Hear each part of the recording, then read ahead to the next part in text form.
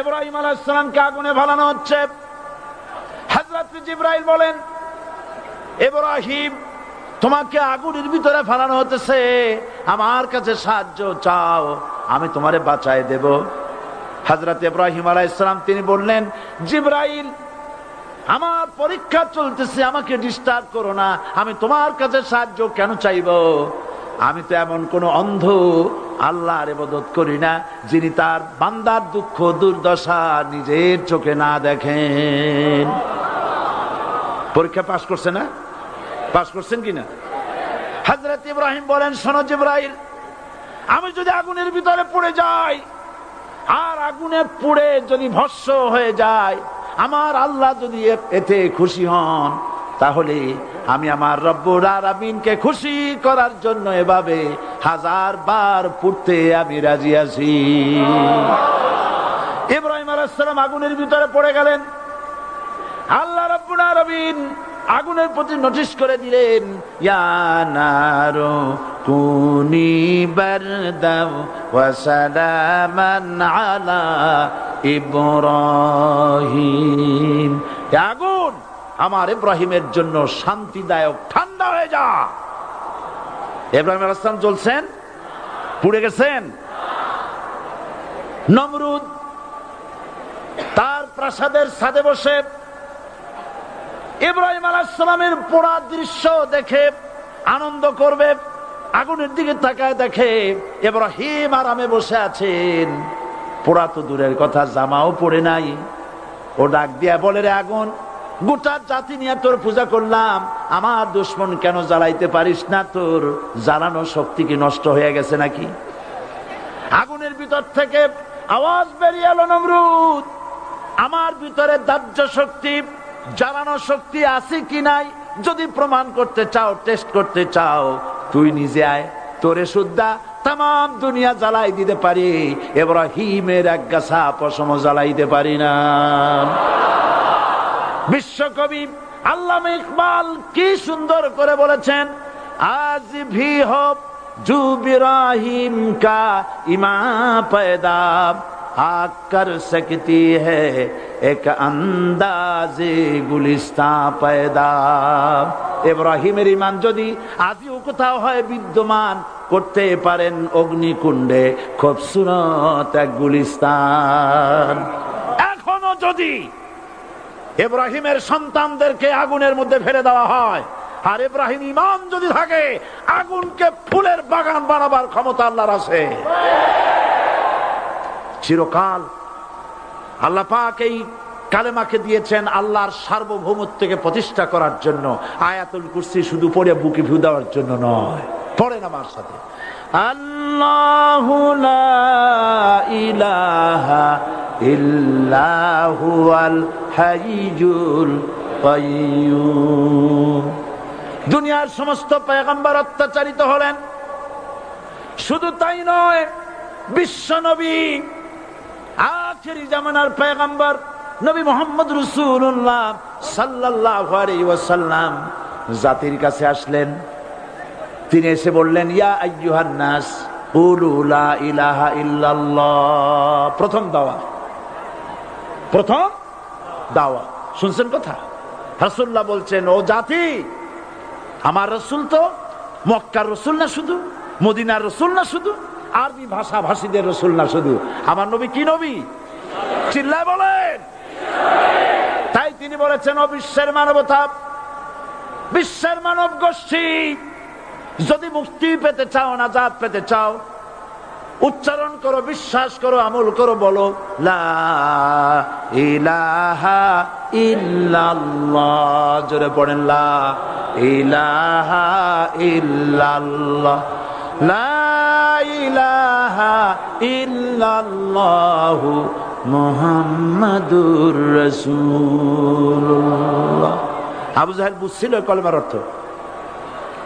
কথা বলেন না কেন? আবু জাহেল বুঝছিল? উতবা, সাইবা, মুগিরার গোষ্ঠীরা বুঝছিল? বুঝেছে। তারপরে তারা চিন্তা করলো যে সর্বনাশ তো করছে, লা ইলাহা, কোন ইলাহ নাই, আইনদাতা নাই, বিধানদাতা নাই, তাহলে আমরা কি ঘরে বসে বসে কি করব? উনি নতুন একজন ইলা নিয়ে আসছে, আল্লাহ ছাড়া কোন ইলা নাই, তাহলে আমাদের কাজটা কি? প্রথমে তারা চেষ্টা করলো যে একটু দেখি নরম নরম ভাবে হয় নাকি। চলে গেল আবু তালেবের কাছে, আসে না দিছে, বললো আবু তালেব তুমি তো কুরাইশদের নেতা, তোমার ভাইয়ের ছেলে কয়টাই কি? কি আশ্চর্যজনক কথা, লা ইলাহা ইল্লাল্লাহ, আল্লাহ ছাড়া কোন ইলাহ নাই, তা আমরা করব কি?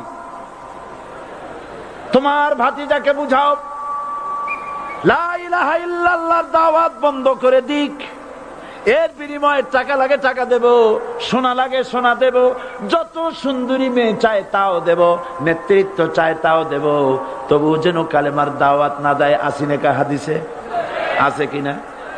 নবীজি যখন বাড়ি ফিরলেন, চাচা আবু তালেব নিজের কলিজার টুকরা সন্তান হযরত জাফর আলীর চাইতে তিনি ভালোবাসতেন কলিজার মতো করে মুহাম্মদ সাল্লাল্লাহু আলাইহি সাল্লামকে।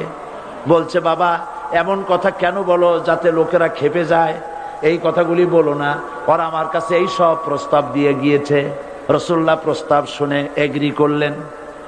জি। আমার নবী বলেন ও আমার চাচা আবু তালেব প্রস্তাবকারীদেরকে শুনিয়ে দিন। হুজুরের সাথে তখন অনেক লোকজন নাকি, অনেক অস্ত্রপাতি, কিচ্ছু নাই, আল্লাহর শক্তি ছাড়া কিছুই না। আমার নবী বলেন ও আমার চাচা আবু তালেব প্রস্তাবকারীদেরকে শুনিয়ে দেন, যেটা দেওয়া সম্ভব সেটা তো দূরের কথা, যেটা দেওয়া সম্ভব নয় তাও যদি তারা দিতে পারে আমারে, যেমন আকাশের সূর্যটা ধরে এনে ওরা যদি আমার ডান হাতে তুলে দেয়, আকাশের পূর্ণিমার চাঁদটা ধরে যদি বাম হাতে আমার তুলে দেয়, এর বিনিময়ে এক মুহূর্তের জন্য তাওহীদের দাওয়াত আমি বন্ধ করে দেব না। সুবহানাল্লাহ।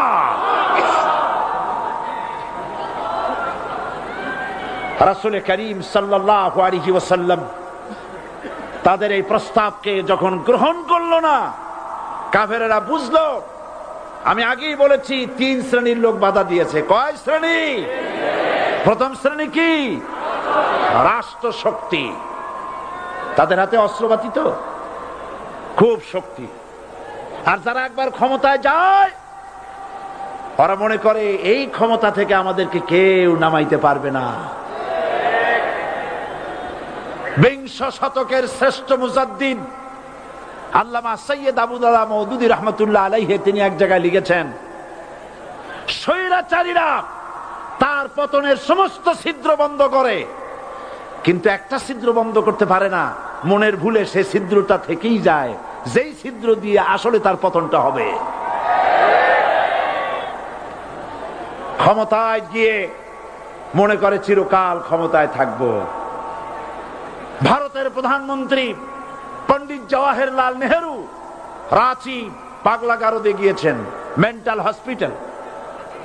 পাগলেরা নেহেরুকে দেখে আশ্চর্য হয়ে গেছে, এত সুন্দর মানুষ, মাথায় কিস্তি টুপি, গায়ে শেরওয়ানি, মুসলমানি ড্রেসই আলাদা, যদিও তিনি হিন্দু ছিলেন, পরেছেন মুসলমানি ড্রেস।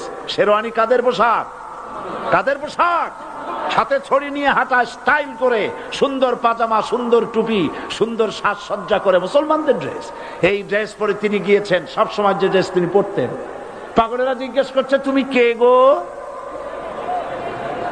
উনি বলছেন আমারে চেনো নাই, আমি ভারতের প্রধানমন্ত্রী পণ্ডিত জওয়াহরলাল নেহেরু। পাগলেরা বলছে ও সেই কথা, আমরাও যখন হসপিটালে আসছিলাম এই তোমার মতো লম্বা লম্বা কথা আমরাও বলছি, থাকো আমাদের সাথে কিছুদিন, তোমার মাথাও ঠান্ডা হয়ে যাবে। ক্ষমতায় যারা থাকে, ক্ষমতার মোহে চতুর্দিকে অন্ধকার দেখে, মনে করে আমার পতন আর হবে না। কিন্তু তোমাকে বুঝিবে যে গোকুলে বাড়ি শেষে গাড়ির চাকা সব সময় উপরে থাকে না, গাড়ির চাকা সব সময় উপরে থাকলে গাড়ি তো চলবেই না, গাড়ির চাকা ঘোরে বলেই তো গাড়ি চলে। সুতরাং এই উপরে তোমার চাকা উপরে এখন আছে বলে, তোমার দলের চাকা উপরে আছে বলে যারা মানুষের উপরে জুলুম করছো, আলেমদেরকে ধরতেছো, মুসল্লিদেরকে ধরে ধরে জেলে ঢুকাচ্ছ, সময় আসবে এমন ইন্দুরের গর্ত অপমানা পালাবার জন্য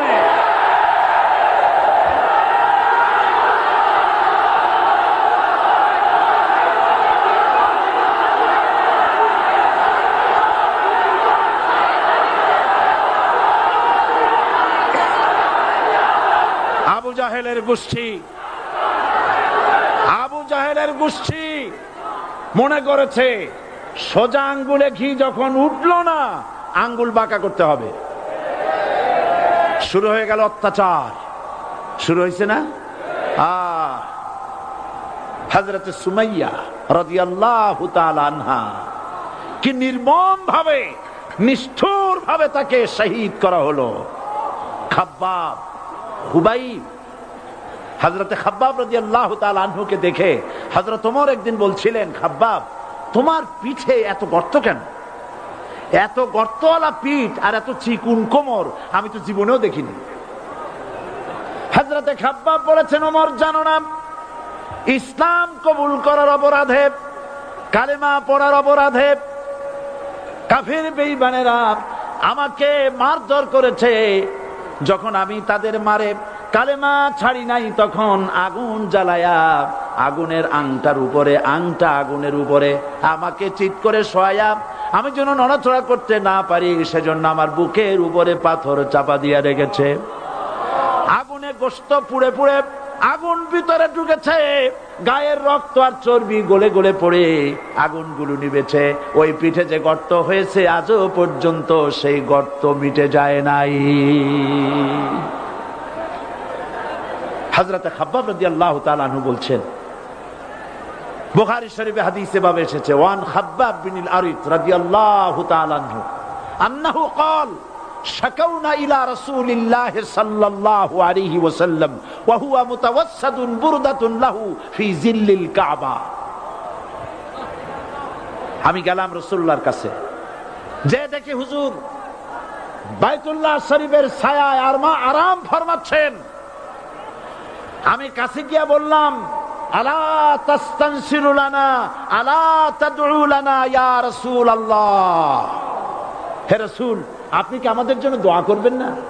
আপনি কি আমাদের জন্য আল্লাহর কাছে সাহায্য প্রার্থনা করবেন না? মার খেয়ে খেয়ে তো শেষ হয়ে গেলাম। শুনতেছেন আপনারা? আল্লাহর নবী উঠে বসলেন, বললেন, খাব্বাব শোনো, তোমাদের আগে যারা এই পৃথিবীতে এসেছিলেন দ্বীনের দাওয়াত দেওয়ার জন্য,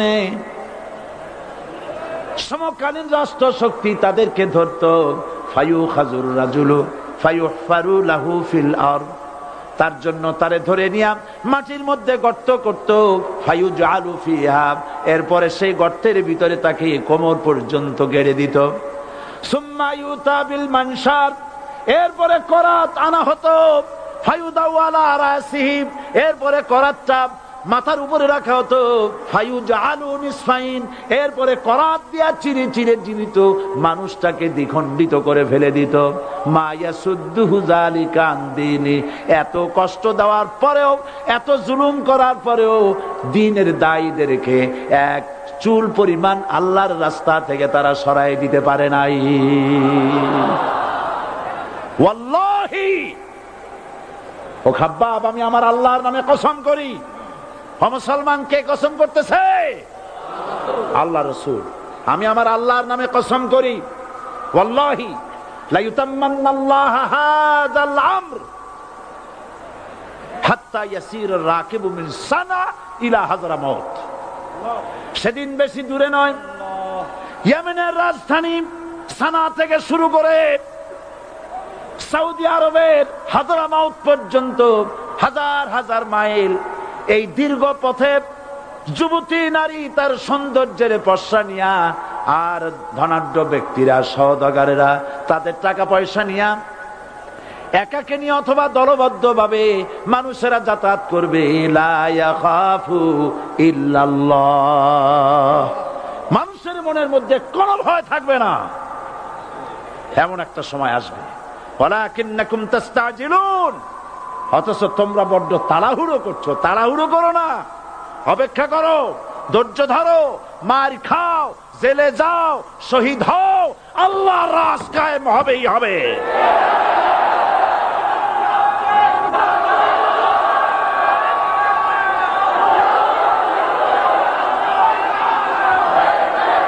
বিল্ডিং থেকে শিক্ষা গ্রহণ করুন, বিল্ডিং, ইমারত, দালান থেকে শিক্ষা গ্রহণ করুন। এই যেটা দালান আছে না পাশে, দেখতে পাচ্ছেন? এই দালান কি দিয়ে তৈরি করা হয়েছে বলেন? ইট।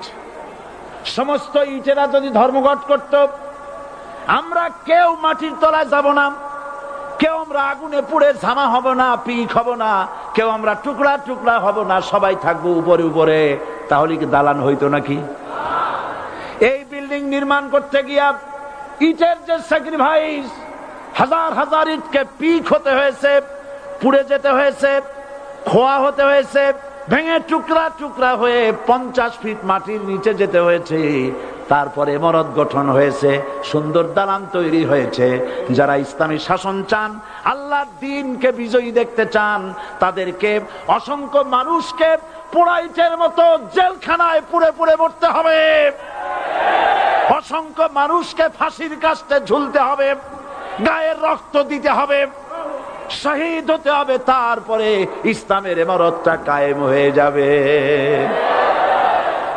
শায়ের কবি কি সুন্দর করে বলছেন, কবি সুন্দর করে বলছেন, ये शहादत गाहे उल्फत में कदम रखना, ये शहादत गाहे उल्फत में कदम रखना, लोग समझते हैं आसा है मुसलमान होना। মানুষেরা মনে করে মুসলমান হওয়া খুব সহজ জিনিস। না, মুসলমান হওয়ার অর্থ হলো শাহাদাতের ঈদগাহে শামিল হয়ে যাওয়া।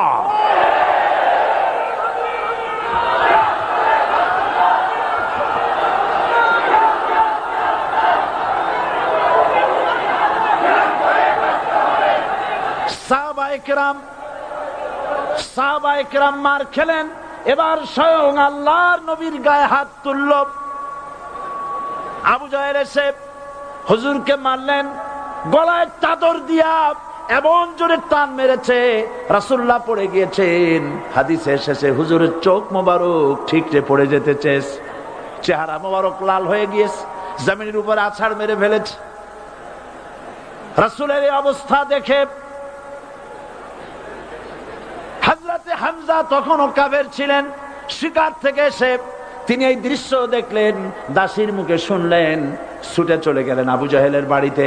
যায় বলে, আবু জাহেল রে, তুই মুহাম্মদ সাল্লাল্লাহু আলাইহি ওয়াসাল্লাম মেরেছিস, বল কেন মারলি? এমন ভালো মানুষ তো জীবনে চোখে দেখি নাই, যিনি কোনো মিথ্যা কথা বলেন না, ভালো ভালো কথা বলেন, এক আল্লাহর গোলামি করার জন্য বলেন। এই সব ভালো কথা বলার জন্যই তুই তারে মারলি নাকি? আরে আবু জাহেল, তুই কি মনে করেছিস মুহাম্মদ সাল্লাল্লাহু আলাইহি ওয়াসাল্লাম তার পিতা আব্দুল্লাহ মারা গেছে বলে মুহাম্মদ সাল্লাল্লাহু আলাইহি ওয়াসাল্লাম এতিম হয়ে গেছে মনে করেছিস নাকি? জেনে রাখ, মুহাম্মদ সাল্লাল্লাহু আলাইহি ওয়াসাল্লামের পিতা আব্দুল্লাহ মারা গেছে, কিন্তু চাচা হামজা তো মরে যায় নাই। হাতের ধনুক দিয়া এমন জোরে আঘাত মারলেন, আবু জাহেলের মাথা ফেটে রক্ত ফিনকি দিয়ে বেরিয়ে এলো। হযরতে হামজা ঘরে ফিরে এসে রাসূল করিম সাল্লাল্লাহু আলাইহি ওয়াসাল্লামের মস্তক মোবারক কোলে উঠায় নিলেন আর বললেন, বাবা, তোমাকে মেরেছে বলে আমি আবু জাহেলের মাথাটা ফাটাই দিয়ে আসছি, তুমি খুশি হও। হুজুর বলছেন, চাচা, কার মাথা ফাটাইছো এইটা বলে আমারে খুশি করতে পারবা না। হযরতে হামজা বলেন, তুমি কি হলে খুশি হবে? হুজুর বলেন, হামজা চাচা গো, আমি খুশি হব যদি একটিবার চাচা তোমার মুখে শুনতে পাই ঈমানের কালেমা। হযরতে হামজা বলেন, মুহাম্মদ সাল্লাল্লাহু আলাইহি ওয়াসাল্লাম, আমি বুঝতে পেরেছি তুমি কোনো সাধারণ মানুষ নয়। সাধারণ মানুষ হলে পরে তুমি প্রতিশোধে বিশ্বাসী হতে, খুশি হতে। প্রতিশোধে বিশ্বাসী হও নাই, তুমি অবশ্যই আল্লাহর নবী, কোনো সন্দেহ আমার নাই। তুমি সাক্ষী থাকো, আমি পড়ে নিলাম, লা ইলাহা ইল্লাল্লাহু মুহাম্মাদুর রাসূলুল্লাহ। জোরে পড়ে, লা ইলাহা ইল্লাল্লাহু মুহাম্মাদুর রাসূলুল্লাহ। ঘাবড়াবার কারণ নাই। এর অর্থ এই নাই যে আপনারা কালেমার দাওয়াত দিবেন আর রাষ্ট্র শক্তি আপনারে পিটাইতেই থাকবে, আপনার কোনদিন আপনার সুদিন ফিরে আসবে না। বিষয়টা কি এমন না? আমার আল্লাহর ওয়াদা শুনুন, ওয়ালা তাহিনু ওয়ালা তাহজানু ওয়া আনতুমুল আ'লাউনা ইন কুনতুম মুমিনিন। মুমিন যদি হও আমি তোমাদেরকে বিজয় দান করব। সুবহানাল্লাহ বলেন। আজ যদি আমাদের উপরে বিপদ এসে থাকে তাহলে তার একমাত্র কারণ পূর্ণাঙ্গ ঈমানের অভাব আমাদের মধ্যে রয়েছে, ঠিক কিনা?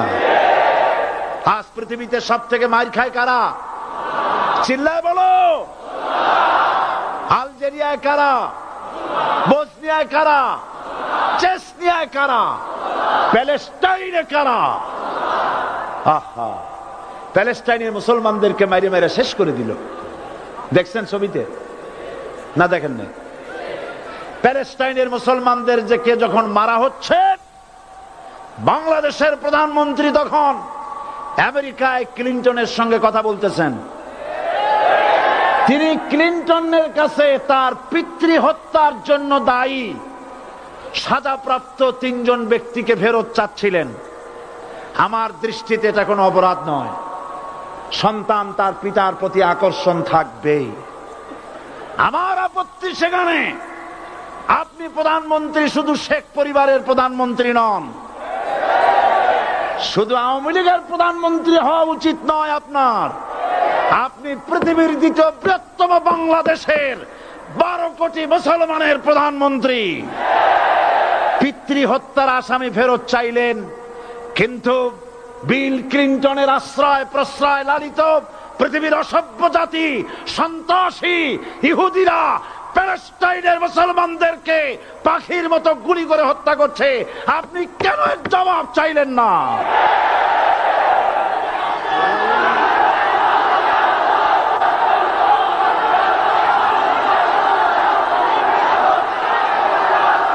জবাব জবাব আপনি চাইতে পারবেন না, কারণ মুনাফিকদের সাহস হয় না, সাহস হয় মুমিন ব্যক্তি। বিল ক্লিনটনকে বলা দরকার ছিল, এই ইসরায়েলকে তোমরাই বসিয়েছো, মধ্যপ্রাচ্যের বিষ ফোড়ায় পরিণত করেছো তোমরা। তবে হ্যাঁ, যুরিবাত আলাইহিমুয যিল্লাতু ওয়াল মাসকানা ওয়া বাউ বিগাদাবিন মিনাল্লাহ। আল্লাহর গজব আসবে, ইহুদিরা পৃথিবী থেকে নিশ্চিহ্ন হবেই হবে ইনশাআল্লাহ। দেখেছেন তাকায়া প্যালেস্টাইনে ইসরায়েলিরা হেলিকপ্টার, গানশিপ, কামান, বোমা নিক্ষেপ করছে, আর প্যালেস্টাইনের শিশু কিশোর যুবকেরা ইহুদিদের নিক্ষিপ্ত বোমা আর কামানের মোকাবেলা করতেছে পাথর দিয়ে। আমি আমার অন্তরের অন্তঃস্থল থেকে ধন্যবাদ জানাই, মোবারকবাদ জানাই খালিদ বিন ওলীদের উত্তরসূরি, খাব্বাব খোবাইবের উত্তরসূরি প্যালেস্টাইনের ওই সব যুবকদেরকে যারা কাফের বেঈমান ইহুদিদের মোকাবেলা করতেছে ইট আর পাথর দিয়ে। আর আমি আমার অন্তরের অন্তঃস্থলের সমস্ত ঘৃণা দিয়ে আমি ধিক্কার জানাই পৃথিবীর মুসলিম শাসকদেরকে, যারা মুসলমানদের মার দেখে চুপ করে যারা বসে আছে।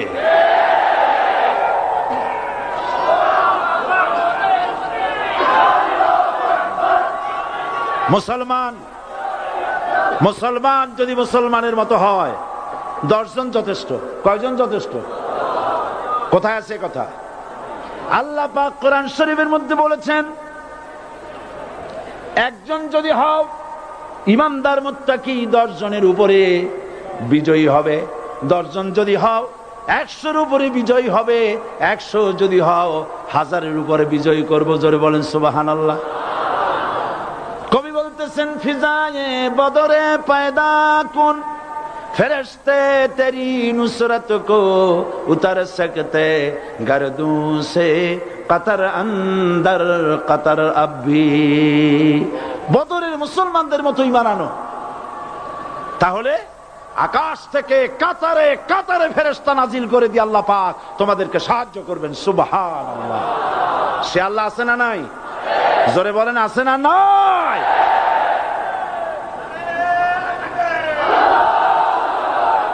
সেই আল্লাহ রাব্বুল আলামিন কোরআনে কারীমের ভিতরে আয়াতুল কুরসির মধ্যে বলে দিয়েছেন আল্লাহু লা ইলাহা ইল্লা হুয়াল হাইয়ুল কাইয়্যুম। প্রাণ খুলে সবাই পড়েন, বসা মানুষ দাঁড়ানো মানুষ। আল্লাহু লা ইলাহা ইল্লা হুয়াল হাইয়ুল কাইয়্যুম। আল্লাহ রাব্বুল আলামিন, তিনি ছাড়া কোনো ইলাহ নাই, তিনি সার্বভৌমত্বের মালিক, কেউ নাই আল্লাহ ছাড়া। এই কথা মানুষকে ঘোষণা করতে হবে। বাধা, এই কথা বললেই বাধা দেবে কয় শ্রেণীর লোক? 3 শ্রেণী। প্রথম শ্রেণী হচ্ছে কে? রাষ্ট্রশক্তি। আজও তারা বাধা দিচ্ছে। আল্লাহর আইন দিয়ে দেশ চালাও, তারা তাদের মন মর্জি মোতাবেক আইন দিয়ে দেশ চালাবে। আল্লাহ পাক বলছেন আলা আলাহুল খালকু ওয়াল আমরু, সৃষ্টি যার, আইন চলবে তার। কারো বাবার আইন চলতে পারে না, নিজেদের তৈরি করা আইন চলবে না। ইনিল হুকমু ইল্লা লিল্লাহ, একমাত্র আইন চলবে কার? এই আইন রাসূল করিম সাল্লাল্লাহু আলাইহি ওয়াসাল্লাম মদিনায় কোরআন দিয়ে প্রতিষ্ঠিত করেছিলেন। আল্লাহর বিধান, আল্লাহর সার্বভৌমত্ব কায়েম করেছিলেন। কোরআন সংবিধান হলো, চুরি বন্ধ হলো, ডাকাতি বন্ধ হলো, জেনা বন্ধ হলো, হত্যা বন্ধ হলো, ধর্ষণ বন্ধ হলো, সব কিছু বন্ধ হয়ে গিয়ে মুসলমানেরা শান্তি লাভ করলো, পৃথিবীর মানুষ শান্তি লাভ করলো। সুবহানাল্লাহ বিহামদিহি। আজ মুসলমানেরা শত্রু চেনে না, বন্ধু চেনে না।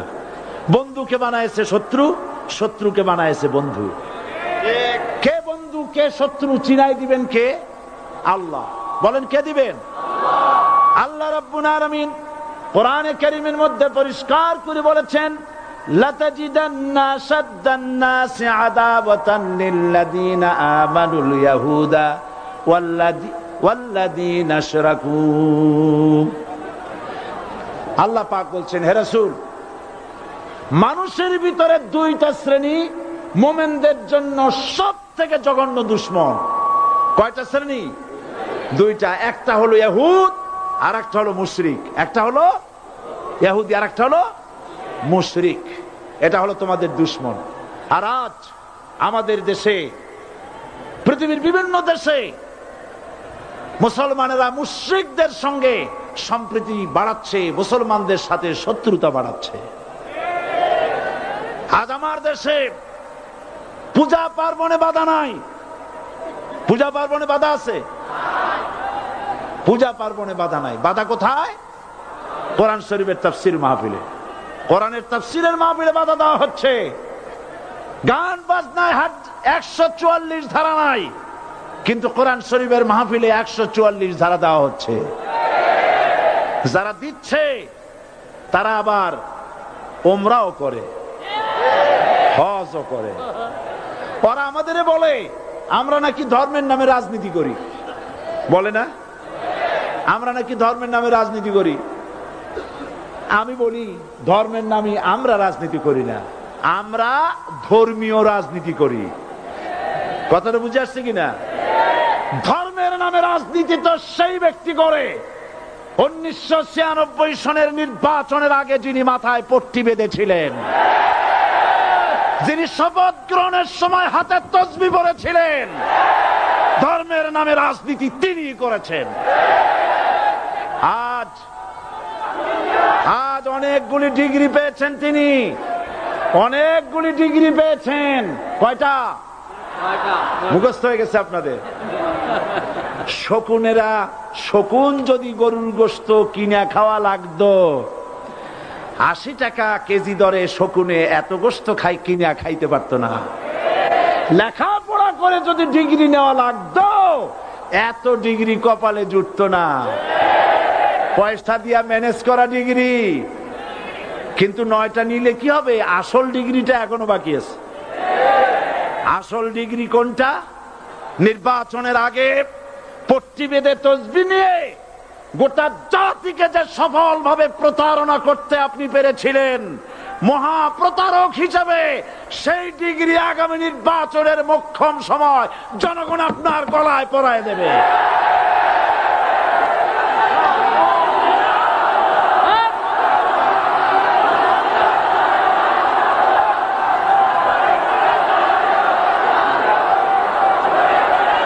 সুতরাং ধর্মের নামে রাজনীতি নয়, আমরা ধর্মীয় রাজনীতি করি, আমরা এই কোরআনের রাজনীতি করি।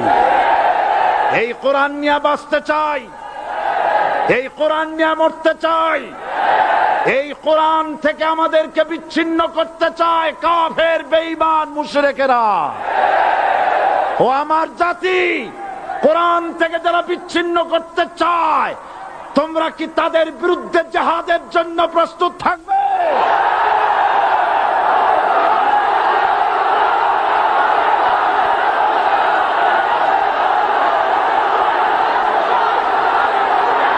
বসেন, বসেন, বসেন, বসেন, বসেন। আমি বুঝতে পেরেছি বিষয়টা কি। আসরের পরের থেকে বসা তো, সুযোগ পাইয়া খাড়া হইয়া কোমর সোজা করলেন। বসেন, সবাই বসেন, কোমর সোজা হয়ে গেছে, বসেন। এত বড় মাহফিল, জীবনে আর একটা পাবো নিশ্চয়তা আছে কি? জোরে বলেন, আছে? আজ আমাকে কথা বলতেই হবে ইনশাআল্লাহ, কারণ আগামীতে আবার আপনাদের সাথে দেখা হবে কিনা আমি জানি না। কথা বলতেই হবে। বসেন, কেউ দাঁড়িয়ে থাকবেন না। আমি দেখতে পাচ্ছি বাংলাদেশের ভাগ্য আকাশে উত্তর গগনে কালো মেঘ জমা হয়েছে, ঝড়ের পূর্বাভাস লক্ষ্য করছি। যদি মোকাবেলা করতে না পারেন সক্ষম ভাবে, এমন অন্ধকার গাঢ় কালো অমাবস্যার রাত আসতে পারে যার সুবে সাদেক হওয়া অসম্ভব। সুতরাং আপনারা কি কাপুরুষের মতো কাফের মুশরিকদের গোলামি করে মরতে চান? বিড়ালের মতো 500 বছর বেঁচে থাকার কোনো লাভ নাই। সিংহের মতো 1 ঘন্টা বাঁচতে চাই। আমাদেরকে বলা হয় সাম্প্রদায়িক উস্কানিমূলক কথা নাকি আমি বলি। পত্রপত্রিকা দিছে না তারা? সাম্প্রদায়িক উস্কানি কথা, সাম্প্রদায়িক উস্কানিমূলক কথা বলি। সেই জন্যই বোধহয় শত শত মুসলিম আমাদের কাছে এসে মুসলমান হয়। মানুষে আর বোকা বানানো যাবে না। যাবে কি? আর বোকা বানানো যাবে? তারপর বলছে কি? এরপরে বলছে, আমাকে বলছে রাজাকার। শুনে রাখো চট্টগ্রামের লক্ষ লক্ষ জনতা, পার্লামেন্টে যখন আমাকে এই কথা বলা হয়েছিল, আমার পার্লামেন্টের কলিগ জাফরুল্লাহ চৌধুরী সাহেব বসে আছেন এখানে, হ্যাঁ, জাফরুল ইসলাম চৌধুরী বসে আছেন পাশে, প্রধানমন্ত্রী সুদ্ধা, অন্তত 3 শতাধিক পার্লামেন্টের সম্মানিত সদস্যরা সেদিন বসা। 1997 সনের বাজেট বক্তৃতা যখন আমি করতেছিলাম, ডক্টর কুদরতে খোদা, নাম রাখছে কুদরতে খোদা, আসলে গজবে খোদা। এই লোকটি নাস্তিক, ইসলামের চূড়ান্ত দুশমন। তার প্রণীত শিক্ষা ব্যবস্থার যখন সমালোচনা করছিলাম, ট্রেজারি বেঞ্চ থেকে আমাকে বলা হলো রাজাকার। আমি আমার সমস্ত শক্তি একত্রিত করে বলেছিলাম, শুধুমাত্র হিন্দুস্তানের রাজাকারেরাই আমাকে রাজাকার বলতে পারে। আমি বলেছিলাম 1973 সন পর্যন্ত আমি বাংলাদেশের কোন রাজনৈতিক দলের নেতা এবং কর্মী ছিলাম না। আমি রাজাকার নই। আমাকে রাজাকার বলে যদি তাকেও প্রমাণ করতে না পারে, 10 কোটি টাকার মানহানি মামলা দায়ের করব। আমার এই বক্তব্য সারা দুনিয়া শুনেছে। পার্লামেন্টে আমার এই বক্তব্য রেকর্ড হয়ে আছে। সেদিন 3 শতাধিক পার্লামেন্ট মেম্বারের কেউ আমার চ্যালেঞ্জ গ্রহণ করেন নাই। যে কোনো ব্যক্তি পার্লামেন্টে গিয়ে আমার বক্তৃতা দেখে আসতে পারেন। এরপরে 1997 সনের 7ই অক্টোবর দৈনিক জনকণ্ঠ পত্রিকা যখন আমার বিরুদ্ধে লিখলো, সেই পত্রিকায় সাইদির ওপেন চ্যালেঞ্জ ৮ম পাতা 1997 7ই অক্টোবর, এত বড় 2 কলমে হেডিং। সেখানে আমি বলেছি, বাংলাদেশের সকল সাংবাদিক, গোয়েন্দা বিভাগ, বাংলাদেশের সকল বুদ্ধিজীবীকে আমি আমার পিরোজপুরে আমন্ত্রণ করছি। আমার উপস্থিতিতে যদি কেউ প্রমাণ করতে পারে বাংলাদেশের স্বাধীনতা যুদ্ধের বিরুদ্ধে আমার কোনো ভূমিকা ছিল, সজ্ঞানে স্বেচ্ছায় জাতীয় সংসদের সদস্য পদ থেকে পদত্যাগ করব। 3 বছর পার হয়ে গেছে, আজ পর্যন্ত কেউ এই চ্যালেঞ্জের মোকাবেলা করে নাই। সুতরাং আমাকে যারা রাজাকার বলবে, তারা পিতৃ পরিচয়হীন অবৈধ সন্তান। 1971 সনের, শোনো মুসলমানেরা, 1971 সনের কোন কাদা সাইদির গায়ে লাগে নাই। আমাকে রাজাকার বলে জনগণ থেকে বিচ্ছিন্ন করবা, জনগণ থেকে আমারে বিচ্ছিন্ন করা যাবে না। কারণ এই জনগণ আমার জন্য আসে না, এই জনগণ আসে আল্লাহর কোরআনের জন্য।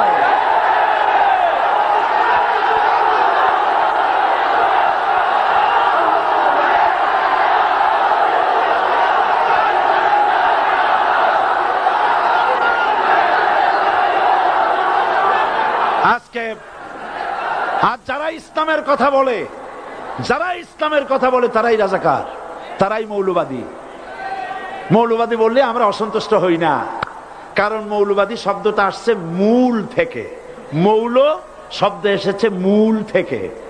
মূলবাদী তার মানে যারা মূলে আছে। মূল হলো কোরআন, মূল হলো হাদিস, মূল হলেন আল্লাহ, মূল হলেন আল্লাহ রসুল। আমরা আছি মূলে। এখন বলেন তো, মূলের শক্তি বেশি না আগার শক্তি বেশি? আমাদের যারা মৌলবাদী বলে ওরা হলো আগাবাদী। মূলে আছে কত কোটি? 12 কোটি। মূলে আছে কত কোটি? আর আমাদের যারা মৌলবাদী বলে, ওই থাকো গাছের আগায়, আমরা মূলে। লাভালাভি বেশি করবা না, 12 কোটিতে গাছের গোড়া আসতে নানা দেবে, মামু বাড়ি দিল্লি গিয়ে পড়বা, বাংলার জমিনে জায়গা হবে না। এ কথা বিশ্বাস করো। বাংলাদেশের মুসলমানদের শরীরে 1 বিন্দু রক্ত থাকতে শয়তানের তৈরি করা ধর্ম নিরপেক্ষ মতবাদ বাংলার জমিনে কায়েম হতে দেওয়া হবে না, হবে না।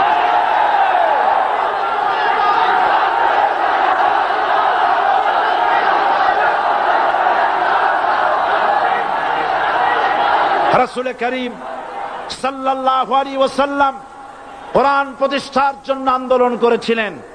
আয়াতুল কুরসি আমাদের সে কথাই শিখেছে। আল্লাহ রাব্বুল আলামিন বলেন, আল্লাহু লা ইলাহা ইল্লা হুয়াল হাইয়ুল কাইয়্যুম। প্রাণ খুলে পড়েন, আল্লাহু লা ইলাহা ইল্লা হুয়াল হাইয়ুল কাইয়্যুম। আল্লাহ হচ্ছেন তিনি, যিনি ছাড়া কোনো ইলাহ নাই, আইনদাতা নাই, বিধানদাতা নাই। আমরা মানুষের তৈরি করা আইন মানি না। 12 কোটি মুসলমানের দেশে আইন তৈরি করবে মানুষ, আমরা মানব না। পার্লামেন্টে তৈরি হতে হবে কোরআন দিয়ে, পার্লামেন্টে আইন তৈরি হতে হবে কোরআন দিয়ে। সুতরাং ভয় যতই পান আর যতই ষড়যন্ত্র করেন, 4 দল যখন একত্রিত হয়েছে, ঐক্যবদ্ধ থাকবে, সরকার ঐক্যবদ্ধভাবে গঠন হবে, নির্বাচন ঐক্যবদ্ধভাবে হবে এবং কোরআন হবে, আল কোরআনের পার্লামেন্ট হবে বাংলাদেশে।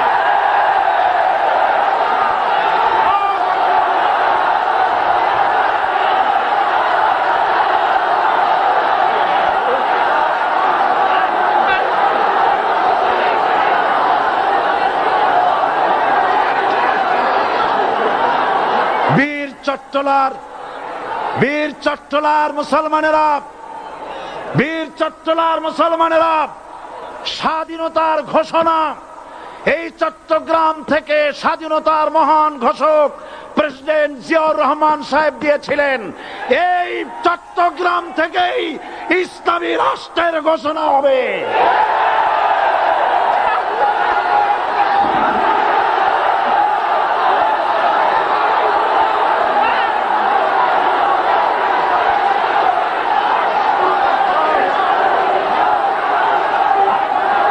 আশাবাদী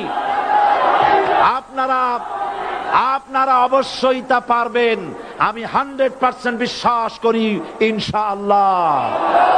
কারণ যে ষড়যন্ত্রের মোকাবেলা করে স্থানীয় রাজনৈতিক দলের নেতৃবৃন্দ কোরআনের মাহফিল সিনায় এনেছেন, আমি প্রথম দিনই বলেছি চট্টগ্রাম তাফসিরুল কোরআন মাহফিল কোন রাজনৈতিক দলের প্রতিনিধিত্ব করে না। এটা কোন জামাত শিবিরের একক সম্পদ নয়, এটা চট্টগ্রামের মুসলমানদের কলিজার টুকরা তাফসিরের মাহফিল। সুতরাং এই মাহফিল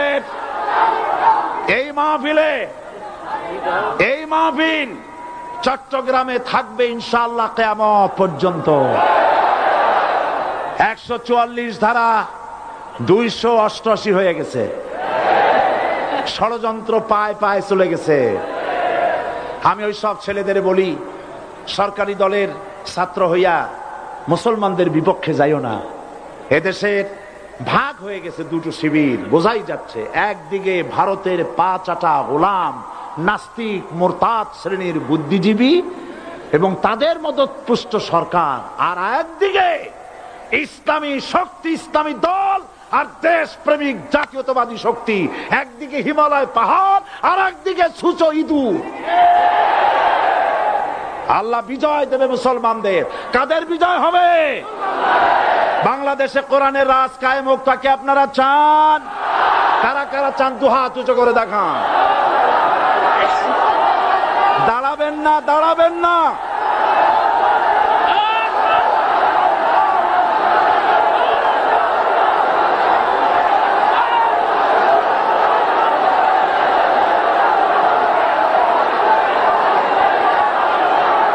বসুন, বসুন,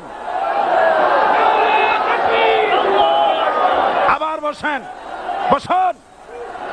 জোরে সরে জিকির করেন লা ইলাহা, আরো জোরে লা ইলাহা, লা ইলাহা,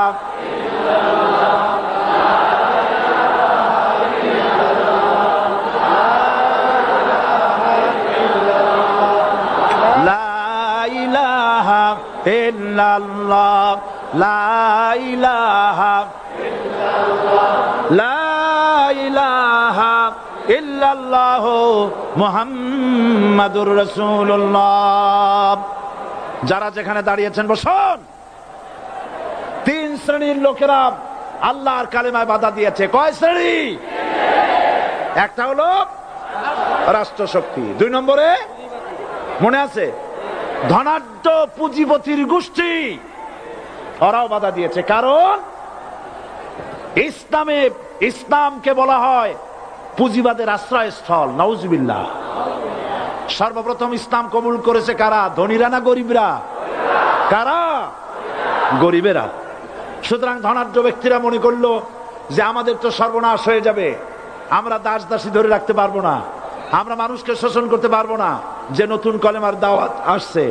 সুতরাং সরকারের হাতকে তারা পয়সা দিয়া শক্ত করেছে আর বলেছে যত টাকা লাগে এই লোকগুলারে ঠ্যাঙ্গান। আজও আছে কিনা? তা আছে কিনা? 3 নম্বরে বাধা দিয়েছে ধর্মের নামের এক শ্রেণীর কায়েমি স্বার্থবাদী শক্তি, যার সম্পর্কে সূরা তাওবায় আল্লাহ পাক বলেছেন ইন্না কাসীরাম মিনাল আহবারি ওয়ার রুহবান লা ইয়াকুলুনা আমওয়ালান নাস বিল বাতিল ওয়া ইয়াসুদ্দুনা আন সাবিলিল্লাহ। ইহুদি আহলে কিতাবদের মধ্যে এক শ্রেণীর বুজুর্গ ধরনের লোক, দরবেশ জাতীয় লোক, যারা নাকি মানুষের সম্পদকে বাতিল পন্থায় ভক্ষণ করে, ওয়াসুদ্দুনা আন সাবিলিল্লাহ, এবং আল্লাহর রাস্তায় চলার জন্য মানুষকে বাধা প্রদান করে।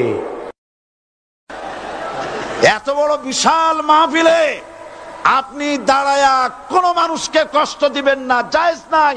মুসলমানদেরকে কষ্ট দেওয়া কবিরা গুনাহ। বুঝতে পেরেছেন? যে যেখানে দাঁড়িয়েছে আপনারা বসা মানুষেরা তাদেরকে বসায় দেন।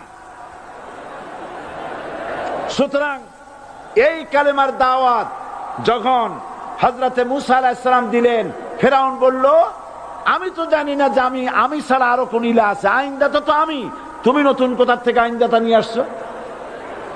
ফেরাউন বলছে, দেখো আমারে বাদ দিয়া যদি অন্য কাউকে ইলাহ বলে তুমি মানো, আর সেই শিক্ষা যদি যে জাতিকে দাও, তাহলে আমি তোমাকে ধরে লাআজআলান্নাকা মিনাল মাসজুনিন, আমি তোমাকে কারারুদ্ধ করব, আমি তোমাকে জেলখানায় ঢুকিয়ে দেব। রাষ্ট্রশক্তি প্রথম বাধা দিল কারা? বলেন সবাই। সেই বাধা কি ওখানে শেষ হয়েছে না এখনো আছে? আছে কিনা জোরে বলেন। আমি তোমাকে জেলখানায় ঢুকাবো। হযরত মুসা আলাইহিস সালাম বলেন, ফেরাউন রে, জেলের ভয় আমি করি না, আমাকে জেলের ভয় দেখায়া লাভ নাই, আমি আল্লাহ পাকের পয়গম্বর হযরত মুসা আলাইহিস সালাম। ফেরাউনের দলবল আছে, লোক লস্কর আছে, তার অস্ত্রের অভাব নাই। আল্লাহ রাব্বুল আলামিন মুসা আলাইহিস সালামের কাছে একটা অস্ত্র দিয়া দিলেন। দিছিলেন কিনা? আল্লাহ পাক হযরত মুসা কি বলেছেন, ওয়া মা তিলকা বিয়ামিনিকা ইয়া মুসা, মুসা রে তোমার হাতে ওটা কি? মুসা আলাইহিস সালাম বললেন, এটা লাঠি। আল্লাহ পাক বললেন, ফেলে দাও লাঠি। লাঠি ফালায় দিলেন, কি হয়ে গেল? হিয়া হাইয়াতুন তাসআ, লাঠি হয়ে গেল। এখন লাঠি পড়ে সাপ হয়ে গেল। সাপ দেখে নবী হোক, ওলি হোক, সাহাবী হোক আর আলেম হোক, সাপ দেখলে ভয় করে না মানুষের? মুসা আলাইহিস সালাম ভয় পেয়েছে। আল্লাহ রাব্বুল আলামিন হযরত মুসাকে শোনায় দিলেন, খুযহা ওয়া লা তাখাফ সানুঈদুহা সিরাতাহাল উলা,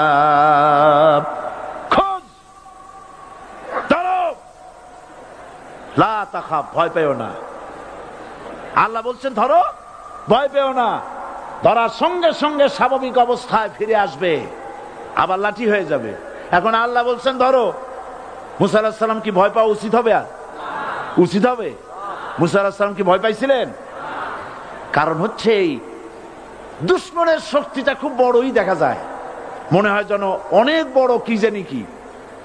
আল্লাহ পাক বলছেন, ইন্না কাইদাশ শায়তানে কানা দাঈফা, শয়তানের চক্রান্ত যতই তুমি মনে করো অনেক ষড়যন্ত্রের জাল বিস্তার হয়ে আছে, আল্লাহ কয় কিছুই না, দাঈফা, অত্যন্ত দুর্বল। আল্লাহ পাক বললেন ধরো। মুসা আলাইহিস সালাম সাপ ধরলেন, সঙ্গে সঙ্গে লাঠি হয়ে গেল। ফেরাউন বরদাস্ত করলো না, রাষ্ট্রশক্তির পক্ষ থেকে আক্রমণ শুরু হলো। অপরাধ কি? মুসা আলাইহিস সালামের অপরাধ কি?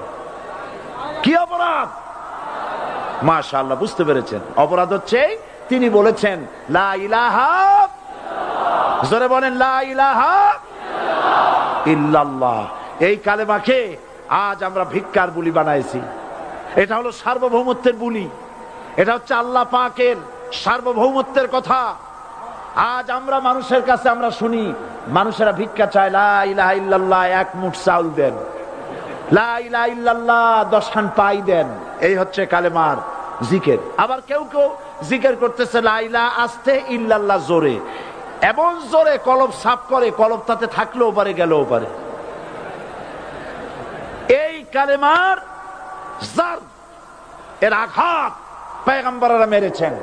হযরত মুসা আলাইহিস সালাম যখন বলেছেন লা ইলাহা ইল্লাল্লাহ, এই ধাক্কা ফেরাউন বরদাস্ত করতে পারে নাই। দরিয়ায় নীলের ভিতরে আল্লাহ পাক ডুবাইয়ে শেষ করে দিয়েছেন, দেন নাই? হযরত মুসা আলাইহিস সালাম তার উম্মতেরা দরিয়ার পাশে বসে দ্বীনি কথাবার্তা বলতেছেন। এমন সময় ফেরাউন, তার শত্রু হচ্ছে মুসা আলাইহিস সালাম। শত্রু কেন? মুসা কি ফেরাউনের পাকা ধানে মই দিয়েছে নাকি? বলেন আপনারা। তার হালের গরু পিটায় মারছে নাকি? অপরাধ হলো তিনি আল্লাহর জমিনে আল্লাহর আইন প্রতিষ্ঠার কথা বলেছেন।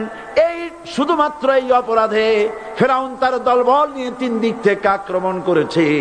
মুসা আলাইহিস সালামের উম্মতেরা ভয় পেয়ে গেছেন। তারা বলছেন ইন্না লামুদরাকুন, আমরা পাকড়াও হয়ে গেছি। তিন দিকে সাঁড়াশি আক্রমণ, তিন দিকে শত্রু, একদিকে দরিয়া, পালাবার রাস্তা আছে? হযরত মুসা আলাইহিস সালাম ভয় পেয়ে গেলেন, সারেন্ডার করলেন না। হযরত মুসা আলাইহিস সালাম বললেন, কাল্লা, কখনো নয়, ভয় পাওয়ার কোনো কারণ নাই। রব্বি সায়াহদিন, অবশ্যই আমার রব আমার জন্য রাস্তা করে দিবেন। ভয় পাইও না, আমার রব রাস্তা করে দিবেন। আল্লাহ রাব্বুল আলামিন হযরত মুসা আলাইহিস সালামকে অর্ডার করলেন, হাতের লাঠি দিয়া দরিয়ার উপরে আঘাত করো। হযরত মুসা আলাইহিস সালাম দরিয়ার উপর আঘাত করলেন। রাস্তা ছিল দরকার একটার, এক বাড়িতে আল্লাহর হুকুমে লাঠি দিয়ে একটি আঘাত করার সঙ্গে সঙ্গে হযরত মুসার তার সঙ্গী সাথী দরিয়া পার হওয়ার জন্য দরিয়ার মধ্যে দিয়ে আল্লাহ 12টা রাস্তা পয়দা করে দিলেন। সে আল্লাহ আছে না নাই? এত আসতে বলেন কেন? ভয় পাওয়ার কারণ আছে? রাষ্ট্র শক্তি বাধা দিয়েছে সমস্ত নবীদেরকে। কেন? নবীদের চরিত্র খারাপ? জোরে বলেন, নবীদের চরিত্র খারাপ? নবীদের চাইতে মাসুম, বেগুনাহ, উন্নত চরিত্রের মানুষ আল্লাহর আকাশের নিচে জমিনের উপরে আর হয় নাই। তোমরা যে সব নেতাদের পিছনে দৌড়াও, অমুকের সৈনিক, নেতা নেতা করে মরো, এইসব নেতা যাদের পিছনে দৌড়াও, এই নেতাগুলি, আমি জিজ্ঞেস করি আপনাদেরকে, এই নেতাগুলি জীবনে একবারও জেনা করে নাই। এ ব্যাপারে অনুসারীরা আপনারা কি নিশ্চিত? মিথ্যা কথা জীবনেও কয় নাই, প্রতারণা করে নাই, ঠাট্টা করে নাই, বিদ্রুপ করে নাই, মদ খায় নাই, মানুষ হত্যা করে নাই। কিসের নেতা? নেতা হচ্ছেন সেই ব্যক্তি যিনি বলেছেন, ও আমার স্ত্রীরা, ও আমার সাহাবীরা, রাতের আধারে আমার মধ্যে যা আচরণ দেখতে পাও, দিনের আলোতে আমার মধ্যে যা দেখতে পাও, সবগুলি খুলে খুলে মানুষের কাছে বলে দাও। তার নাম বিশ্বনবী মুহাম্মদ রাসূলুল্লাহ সাল্লাল্লাহু আলাইহি ওয়াসাল্লাম।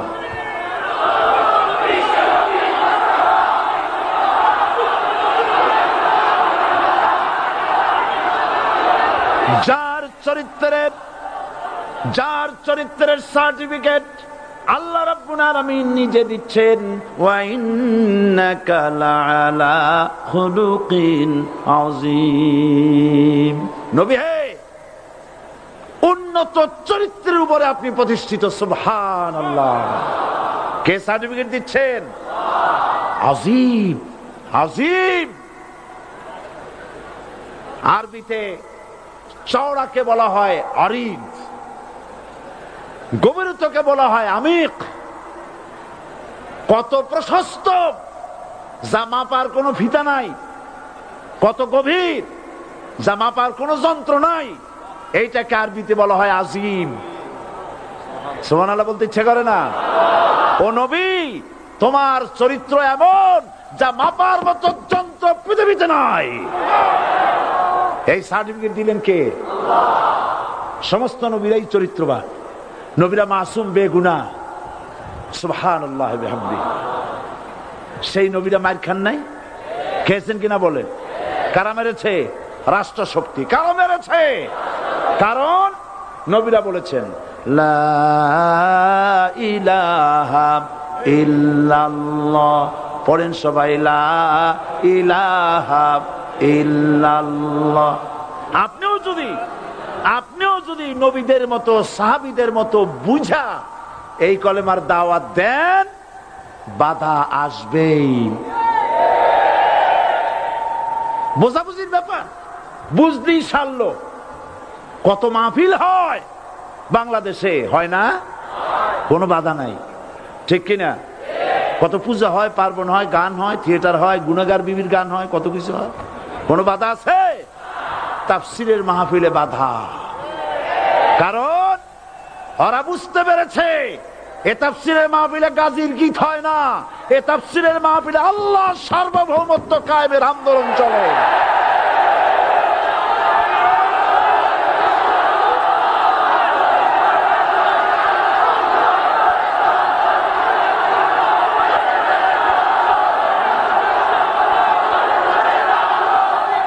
এবার দেখুন, এবার কলেমা বোঝেন, কালেমা বুঝুন। বঙ্গভবনের সামনে দাঁড়ায়া, গণভবনের সামনে দাঁড়িয়ে আপনি যদি কালেমার জিকির করতে থাকেন, লা ইলাহা ইল্লাল্লাহ, লা ইলাহা ইল্লাল্লাহ, লা ইলাহা ইল্লাল্লাহ, লা ইলাহা ইল্লাল্লাহ, 2-1 ঘন্টা, 2-4 ঘন্টা দেখবেন অফিসাররা এসে বলবে, না জানি কোন খাজা বাবা আসছে, আসেন আসেন, নিয়ে খাইতে দেবে, হাদিয়া দেবে। যেহেতু যিনি পড়তেছেন উনি বোঝেন না কি বলতেছেন, আর যারা দাওয়াত দিয়ে নিয়ে গেল ওরা টের পাই নাই যে কি কি শুনে দাওয়াত দিতেছে। কিন্তু আপনি যদি বঙ্গভবন, গণভবন, সেক্রেটারিয়েট আর পার্লামেন্ট এর ভিতরে ঢুকে যদি বলেন, কোন মানুষের তৈরি করা আইন মানি না, কোন সরকারের সার্বভৌমত্ব স্বীকার করি না, কারো বিধান মানি না, কারো তৈরি করা আইনের সামনে মাথা নত করি না, আল্লাহ ছাড়া কারো বিধান মানি না, হাদিয়া আসবে, খাইতে দেবে, পকেটে টাকা দেবে, খাওয়াবে এক জায়গায় নিয়ে, কোন জায়গায়? লাল দালানে।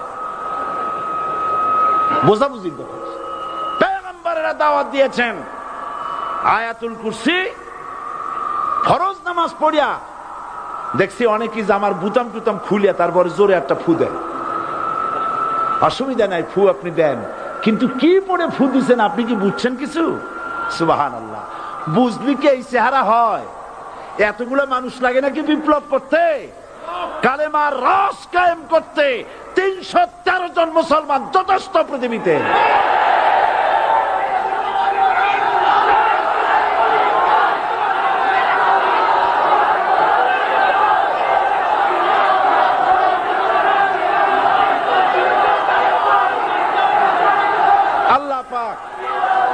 কোরআনে কারীমের মধ্যে আল্লাহ পাক বলেছেন, এমন একজন নবী পাঠাই নাই, ইয়া হাসরাতান আলাল ইবাদ, বান্দার উপরে আফসোস।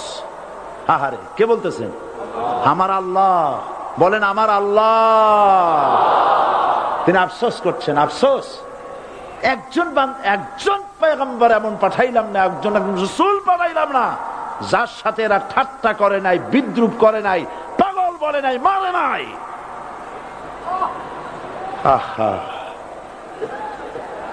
অপরাধ আল্লাহর সার্বভৌমত্ব প্রতিষ্ঠার অপরাধ। হযরত ইব্রাহিম আলাইহিস সালাম তিনি যখন এই কালেমার দাওয়াত দিয়েছেন নমরুদের বিরুদ্ধে, নমরুদ বলেছে, মান আসাদ্দু মিন্না কুওয়া, আমার চাইতে শক্তিশালী আর কে আছে? আনা রব্বুকুমুল আলা, আমি তোমাদের বড় প্রভু। নাউজুবিল্লাহ। কই থেকে একটা তুমি বলছো লা ইলাহা ইল্লাল্লাহ, আমি তো ইলাহ। হযরত ইব্রাহিম আলাইহিস সালাম কি কালেমার দাওয়াত পেশ করার অপরাধে অগ্নিকুণ্ডের ভিতরে ফালাবার ব্যবস্থা হয়ে গেছে। আল্লাহ পাক সব ঘটনা কোরআনে বলে দিয়েছেন কিনা বলেন? কেন বললেন এই সমস্ত কথা? এই জন্য বলেছেন, ফেরাউন মরে যাবে, নমরুদ মরে যাবে, কিন্তু তাদের প্রেতাত্মারা যুগে যুগে তারা বেঁচে থাকবে। আগুনের ভিতরে ফালাবার ব্যবস্থা হয়েছে। আল্লাহ পাক বলে দিয়েছেন, আমার রাস্তায় যদি চেষ্টা করো, জিহাদ করো, আমার সাহায্য তোমরা পাবে। ওয়া কানা হাক্কান আলাইনা নাসরুল মুমিনিন, মুমিনদেরকে সাহায্য করা।